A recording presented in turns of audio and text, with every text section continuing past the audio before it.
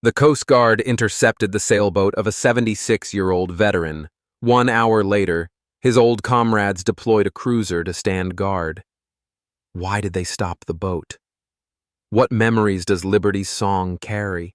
And what caused the waters off North Carolina to erupt the moment that cruiser appeared? This is not merely a story about a boat being halted. It is a journey of memory, of brotherhood, of loyalty that transcends time. Let us uncover the story of Robert Jenkins, a Navy veteran who stirred an entire community to recognize the value of sacrifice. Don't look away. This story will carry you from quiet injustice to a blazing crescendo, where truth burns bright like fire. Click subscribe so you won't miss these soul-stirring stories that move the heart.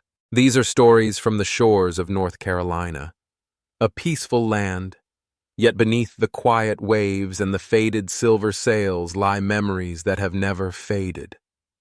And at the heart of Morehead City's harbor, for over 40 years, there has been a man named Robert Jenkins, 76 years old, who has quietly guarded the scattered pieces of that past. Every morning, he steps out of his small wooden house by the dock, his weathered navy coat, frayed at the shoulders and dusted with time, draped over his back, and in his hand, a rusted piece of steel, the only relic left from the Battle of 1967, where he was the last survivor. His silver hair tousled beneath an old cap. He nods to the fishermen, offers a solemn glance to the children selling bait, and walks past them in silence, like a mast that stands tall in the storm. His sailboat, Liberty's Song, has been anchored at that dock for 4 decades. Its hull is made from oak salvaged from a sunken warship, the mooring rope worn by countless gripping hands, and in the cockpit, a simple wooden plaque carved with a single word: memory. To strangers, it's just an old boat. But to the people of Morehead, it's a torch of remembrance, a small portal into a living history that Robert has never allowed to go dark. That day, like so many before, Robert prepared for a commemorative voyage. Quietly and carefully, he checked every fold of the sail, wiped the wooden plaque with his sleeve, then lifted a white wreath he had already prepared. With him was Sarah, a 19-year-old volunteer, the only one in town young enough to still ask why, and kind enough to truly listen when he answered. "Today, we remember," Robert whispered, his hand touching the plaque as if it were an old heart. He loosened the rope. The engine trembled softly to life. But just as he turned the wheel, a black SUV slid to the dock's edge, like a scene straight from a film. The door swung open. A young Coast Guard officer stepped out, his posture rigid, his eyes cold, his voice devoid of understanding. "Show me your papers," he demanded. Robert didn't react harshly. He simply reached into his coat and pulled out a folder: boat registration, memorial activity certificate, voyage permit, all valid. But the officer only skimmed the documents, then frowned. "This vessel is trespassing in a military zone," he said curtly. Robert remained still. "This boat honors my fallen comrades," he replied. But the officer did not listen. Less than 5 minutes later, a patrol boat sped in from offshore. Waves slammed against Liberty's Song, rocking her hull violently. 3 officers boarded, tied Robert's hands, and shoved him down onto the old wooden deck, where he had once laid wreaths for hundreds of fallen soldiers. Robert did not resist. His hands still cradled the rusted steel. His chest still rose and fell steadily, and his eyes, even from the deck, looking upward, remained unshaken, like the very years he had survived at sea. "This boat is memory," he said, not loudly, but clearly enough for someone recording to capture the moment. No one responded. The patrol boat's engine screamed. Liberty's song was towed away. Her rudder jerked in despair. The mooring rope cinched tight, as if the past itself were being torn from the present. Robert was brought ashore. They sat him on a wooden bench outside Mary's bakery. His hands still gripped the steel fragment. His dusty navy coat flapped in the wind. His gaze remained fixed on the sea, as if the boat were still out there, calling his name from afar. Sarah, the girl who had helped him prepare the tribute, now held her phone, recording, her hands trembling, eyes red. She uploaded the video without edits. The title read only, "They Took Mr. Robert." Not long after, a crowd gathered. No one said a word. No protests, no shouting. Just a heavy silence, like a congregation standing inside a roofless cathedral.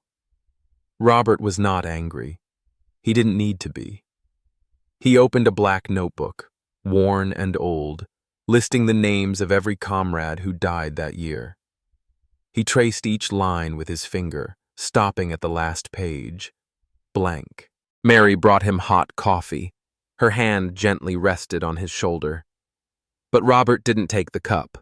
His eyes were focused on something else. Beyond the bay, beyond paperwork and detainment orders, he was looking toward justice. The Coast Guard issued a brief statement. Vessel violation. Nothing more. No apology. No explanation. But Morehead City had awakened, not with drums or loudspeakers, but with a quiet fire burning in the eyes of every resident, every old fisherman, every child once taught by Robert to tie a knot. Everyone understood. This wasn't just about a boat. It was about what deserves to be remembered, what must be preserved, and whether memory can truly be towed away by a soulless order. Robert sat there, still, like a landmark where all storms must pause. His hand gripped the steel from 1967. His eyes never left the water, and the town waited, not to forget, but to act. Robert Jenkins sat silently on the wooden bench at the harbor in Morehead City, his calloused hand gripped tightly around a rusted piece of steel, a surviving fragment from the Battle of 1967. His eyes did not leave the horizon, where Liberty's song had just been towed away by the Coast Guard in silence. The harbor, once filled with the lively shouts of fishermen, the echoing horns of boats, and the scent of fresh morning catch, now stood quiet, like a stadium awaiting the opening whistle. Only the sound of the sea breeze remained, threading through his silver hair, stirring the quiet fire still burning in the eyes of the old veteran. News spread like gunpowder smoke, sparked from the corner coffee shop, sweeping through the local church, and bursting into the small diners scattered across North Carolina. Robert Jenkins was tied up on the deck. Liberty's song ceased just before the memorial voyage. The story ignited something in those who had chosen silence for too long. Liberty's song was never just a boat. It was sacred, a floating sanctuary, patched together from the wooden remains of a warship that exploded in 1967. On that ship, Robert had been the sole survivor, carrying with him the story of those left beneath the waves. "Every voyage is a vow," he once said, his voice low like waves brushing the hull. "To keep my brothers alive, even if only in memory." But now, the boat was seized, and he sat there, with no flag to wave, no helm to steer, only the steadfast eyes of a soldier who would never surrender.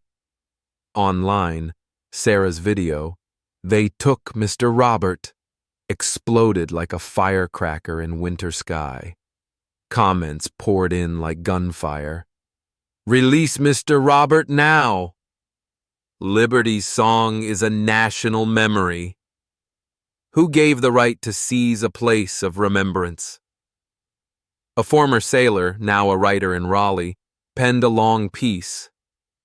In 1970, Robert Jenkins told me about the men who died. Liberty's song isn't a boat, it's a floating cathedral. That post pierced through social media like a spear, from North Carolina all the way to Los Angeles, striking deep into the American soul, a reverence for those who fought and lived to remember. In Norfolk, Anna Jenkins, Robert's daughter, 44, a military attorney, sat upright in her office as she watched the video. She'd heard her father speak of war, of loss, of the names he kept in that worn notebook he always carried. "You are the light of my life," he once said when she was accepted into the Naval Academy. And now, Anna could feel that light burning like fire in her chest. She picked up the phone. Her voice did not waver. "Call my father's crew. Prepare to go to Morehead City. Liberty's song must return to the sea." Robert had no idea what was happening behind him. He remained seated, his gaze fixed on the place where his boat once lay.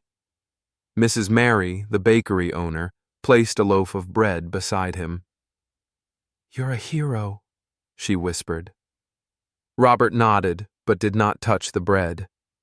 His hand turned the pages of that old black notebook, the one filled with names he had never forgotten, each name a quiet flame smoldering in his heart. The Coast Guard released a short statement. "The boat violated a military zone." No further details. No apology, no explanation. The mayor's office remained silent. The door stayed shut. But the story was no longer containable. Online, #FreeLiberty's song became a call to arms. Hundreds, then thousands, shared photos of Liberty's song. They spoke of fathers, grandfathers, and friends whom Robert Jenkins had taken out to sea in farewell. Each story was a testimony. Liberty's song did not belong in storage. It belonged in the heart. Sarah continued live streaming from the dock. In the video, she said, "Mr. Robert is our memory, he is our history, and now, who will rise to save him?" Another veteran from Florida posted, "Mr. Jenkins held a memorial for my friend in 1980. He was the first person who made it okay for me to cry about the past. Liberty's song is the sanctuary many of us need." Anna checked her phone. Messages from her father's former crew. "Ready?" She nodded. "We move," she said. Meanwhile, Robert hadn't moved. The late-day wind swept through, lifting the hem of his coat. The rusted steel lay firm in his palm, not heavy from the metal itself, but from the souls of those who never returned. No one knew what was about to unfold. But in Morehead City, everyone understood. There are men who need no weapons to fight, only memory, loyalty, and a boat named Liberty's Song. The harbor trembled, not from machinery, but from a story beginning to pound inside every heart. Morehead City stood still, like a silent army, waiting for the flag of justice to rise once again. A distant horn blared, a long, echoing sound from a time that never truly slept. That horn didn't just shake the docks of Morehead City. It stirred a collective memory. The elderly raised their heads slowly, fishermen paused mid-knot, and children selling bait stopped their play. At the center stood Robert Jenkins, silver-haired, draped in a worn navy coat, like a living monument in a harbor now rising with unrest. The rusted steel from 1967 clenched in his hand, his gaze locked on the spot where Liberty's Song was being held. He stood like a living torch, unextinguished. The harbor, once a haven of peace, now simmered like a forge, heated by the smoldering outrage of its people. The news that he'd been tied up, that the boat was seized during a memorial, spread faster than the sea wind. From classrooms to bakeries, from churches to police stations, all of North Carolina awakened. Liberty's Song wasn't just a boat, it was a soul. It was where Robert pieced together the wreckage of a warship destroyed in 1967 into a promise. It was where he took hundreds of veteran families out to sea to scatter ashes, light candles, and say goodbye. It was where the fallen lived again, through stories, the soft ring of the bow's bell, and wreaths drifting on the tide. Every voyage is a promise, Robert once said, that they will not be forgotten. But now, his sword, Liberty's Song, had been taken, and he stood there, a warrior without a weapon, yet never without resolve. On social media, the video "They Took Mr. Robert," filmed by young volunteer Sarah, erupted like a storm. The comments surged like waves. "Give his boat back. Liberty's Song is America's living memory. We owe Mr. Robert more than an apology." A veteran-turned CNN journalist posted, "In 1969, Robert Jenkins sat beside my hospital bed and spoke of battle. Liberty's Song isn't wood and sail. It's the place where the souls of the fallen find their way home." That post struck like lightning through smoke-filled skies, shared millions of times from North Carolina to California. People who had never heard of Robert Jenkins now knew him as the guardian of national memory. In Norfolk, Anna Jenkins, Robert's daughter, 44, a military lawyer, stood in her office, gripping documentation that proved Liberty's Song had served in a medical relief mission in 1978. The paper trembled in her hand, like the heartbeat of a generation. When Sarah's video appeared on screen, Anna knew. She couldn't sit still. "You are the fire of your brothers," Robert had once told her, his voice echoing from the ship's cabin. Now, that fire coursed through every vein. Anna made the call. "Gather all of Dad's crew. From the Carolinas to Florida, Liberty's Song cannot be caged, not when it's a symbol of survival, of remembrance, and of a nation that must never forget the fallen." Robert still didn't know. He stood firm, eyes unwavering. Mrs. Mary brought him coffee, her voice trembling. "You're the light of this town, Robert. Don't let them snuff it out." He nodded, but didn't touch the cup. His hand opened the black notebook, the one holding the names of every fallen brother. Each name glowed like a torch in the night. He touched each line.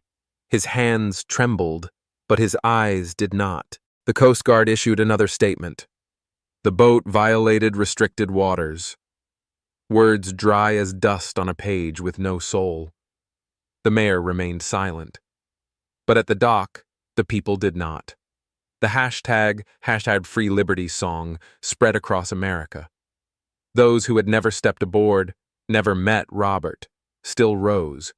They spoke not just from outrage, but from belief that some things must not be forgotten. Sarah kept live streaming. Her face streaked with tears, but her voice held strong. "Mr. Robert isn't just a storyteller. He is living memory, and if we leave him alone, we abandon our own history." Another sailor wrote, "In 1975, Mr. Jenkins took me and my mother out to sea to scatter my brother's ashes. No one else did that. Liberty's Song is a floating sanctuary." Anna received a message. "Crew's coming. One's flying in from Texas, another from Maine. They say, 'Let us bring Liberty's Song home.'" She took a deep breath. "It has begun." Robert still stood. Waves lapped gently below the pier. The steel from 1967 lay in his hand, cold as the midnight ocean. bright as a silent vow. The harbor was no longer a place where boats waited. It had become a place where truth waited. Morehead City was no longer a quiet town. It was the staging ground for justice. And Robert Jenkins, the last survivor of a ship that exploded more than half a century ago, was still there. No flag, no microphone, only eyes, like fire, waiting for liberty's song to return. The harbor of Morehead City erupted like a forge of justice, a place where the memory of 1967 rose from the depths, carrying with it the voices of souls who had never truly rested. Robert Jenkins, 76 years old, stood tall at the edge of the dock, his navy coat rippling in the wind, the rusted steel from the old battle clutched tightly in his hand. His gaze, burning like a torch through the haze of injustice, locked onto the place where liberty's song remained imprisoned. No one spoke. No one dared move. The crowd gathered that day were not spectators. They were witnesses. From the weathered fishermen to the children who once sat and listened to Robert's stories, all held their breath. They could feel something greater approaching, a moment that might rewrite the history of this quiet coastal town. Then a ship's horn tore through the air, not just a sound, but a trumpet call from heaven itself.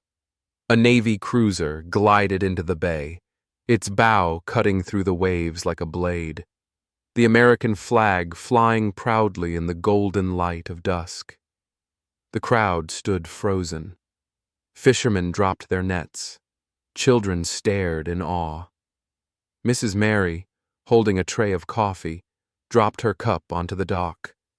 Porcelain shattered across the wet stone.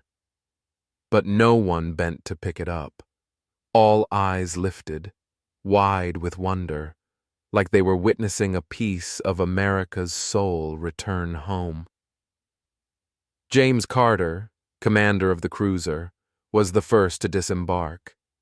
He was Robert's old comrade, the man who had fought beside him in the firestorm of 1967.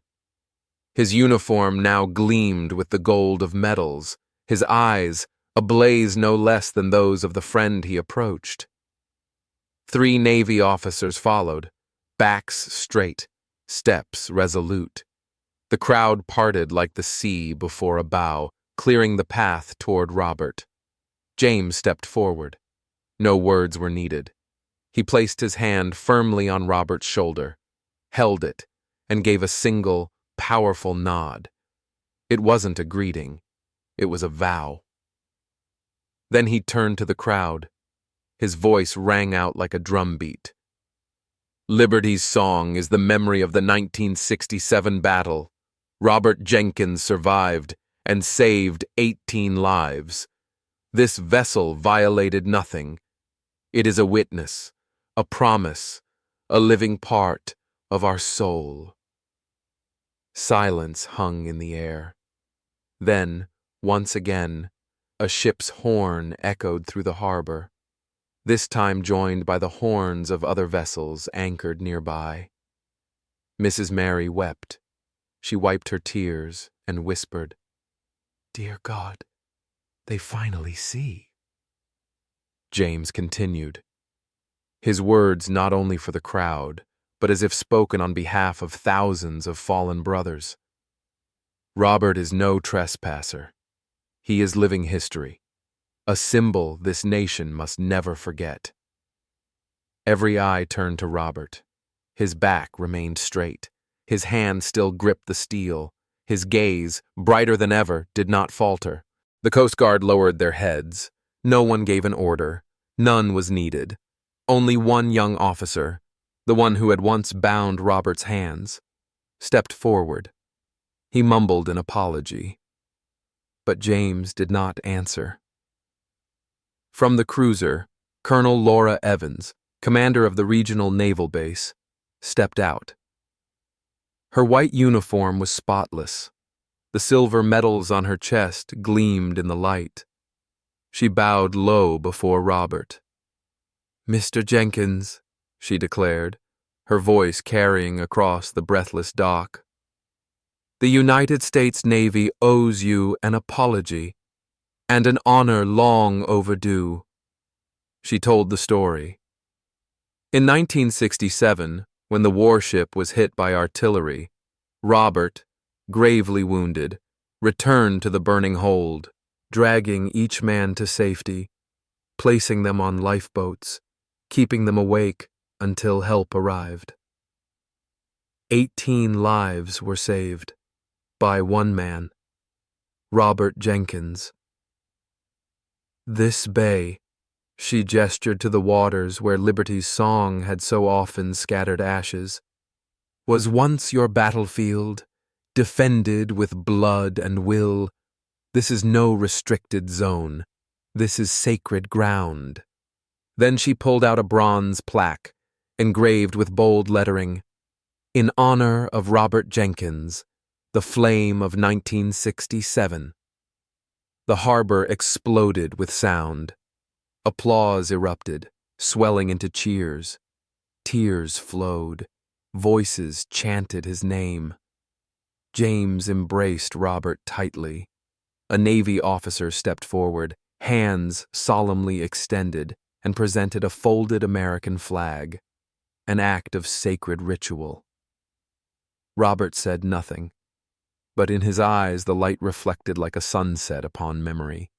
His trembling hands received the plaque, the flag, then he lifted his head, just as he had lifted it in 1967, through fire and blood, and survived to tell the tale.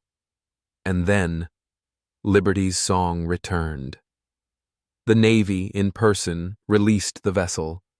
The mooring ropes snapped free like shackles broken. A new flag flew proudly from its bow. The people of Morehead City clapped, sang the national anthem. A man read aloud the names of those whom Robert had once carried out to sea. Each name, another wave. The harbor trembled, not from engines, not from wind, but from loyalty, from gratitude, from a belief that justice, though delayed, is still justice. Morehead City shone bright, like a great fire, and that fire bore a name, Liberty's Song. Robert Jenkins stood on the deck of Liberty's Song, his silver hair caught in the sea breeze, his hand gripping tightly the rusted steel from 1967. His eyes burned bright, like a lighthouse from a time the world refused to forget. Before him stretched Morehead City, a town once quiet as still water, now awakened in the light of loyalty and truth. The very boat that was once seized, the same deck where his hands were once bound, now blazed like a torch of memory, illuminating the harbor and igniting all of America with a story no one expected, but everyone needed to hear. The Navy didn't just return Liberty's Song. Following Colonel Laura Evans's bow of apology, a historic decision was announced. A formal memorial would be held at the waters where Robert once served, where his ship had exploded, and where his brothers in arms still rested. Robert would be the guest of honor, not merely a silent survivor, but now a living witness to history, and a bearer of courage that must never be forgotten. On the deck of Liberty's Song, now lovingly restored by the hands of local townspeople, Robert stood tall. His voice rang out, steady and strong, like a drum beat through the wind. Every voyage is a vow. They live on, in the wind, in the waves, and in my heart. Beside him stood Anna, his daughter, a military attorney, the very woman who helped reclaim Liberty's Song from the grip of indifferent law. Her eyes gleamed like steel tempered by fire. She coordinated the ceremony, offering dignified words. Yet every sentence bore the emotion of a daughter who grew up on this deck, falling asleep to the creak of the wooden planks, and her father's stories of those who never returned. And Sarah, The young girl who once helped him lay wreaths, who filmed They Took Mr. Robert, now stood as the event's official guide. She led veteran families aboard the vessel, helping them place flowers, light candles, and write the names of their loved ones in the memorial book. Her smile was gentle, but proud, mirroring the very light in Robert's eyes the day he returned from war. The people of Morehead City had awakened, not merely because a story had gone viral, but because a deeper belief had been stirred. Fishermen came together to help restore the ship. Mrs. Mary opened a community fund. Children, once captivated by Robert's tales, carved his name into a wooden sign beside the old one that read, "Liberty's Song, a memory that cannot be silenced." A small museum now stood by the dock, named after the boat. Inside, it held the remains of the 1967 warship. A scorched piece of hull, a burned sleeve, Robert's weathered notebook, and a still frame from the video where he was bound, preserved to remind all that when memory is threatened, a community can rise and justice can prevail. Online, the video They Took Mr. Robert surpassed millions of views. Comments surged like the tide. Robert Jenkins is our light. Liberty's Song isn't just a boat, it's the heart of America. The hashtag #FreeLibertySong became a national symbol, fueling a movement for veteran remembrance, inspiring dozens of other towns to hold their own ceremonies at sea. One veteran from Texas wrote, "In 1972, I fought in the same unit as one of Jenkins's friends. When I watched that video, I cried, not from pain, but from knowing someone still carries that flame for us." Robert never sought fame. He needed no parades, no cameras. He only needed Liberty's Song to set sail, carrying wreaths for the forgotten, names never etched in stone, stories never told. On the deck, he watched as families laid their flowers, the sea wrapping around white chrysanthemums. A faint smile crossed his lips, quiet as the water, but warm as the embrace of fallen comrades. Beside him, Anna whispered, "You did it, Dad." Robert didn't reply. He only nodded, his hand tightening around the rusted steel, gripping perhaps the hope of thousands of memories still unnamed. Morehead City, once a small harbor town barely noticed on a map, now stood as a beacon, where a story of loyalty, sacrifice, and justice rose under the American flag. And Liberty's Song, weathered by time, its anchor rope worn by human hands, still sailed on. And the story hasn't ended. Liberty's Song still sets anchor each week, carrying wreaths into open water, bearing words left unsaid, names not yet etched in stone. Robert Jenkins still stands on deck. No title, no spotlight, only the wind, the sea, and a nation that still remembers what gratitude means. But how many out there have yet to hear this story? How many still believe that old boats are nothing but rotting wood and worn rope, never knowing they once carried the souls of an entire generation? If you've read this far, perhaps you understand. Memory is a flame, and if we don't pass it on, it dies. So share this story. Send it to a father who once served, to an uncle who stayed silent about the battlefield, to a friend who never understood why their grandfather wakes in the night. Let them know, in Morehead City, someone is still keeping the promise for them. Message a loved one. Tag a friend. Help a child understand who their father truly is. And if you've felt the wind from Liberty's Song, help it sail further. Because somewhere in America, stories are still waiting to be told. And a nation is only strong when we refuse to let anyone be forgotten.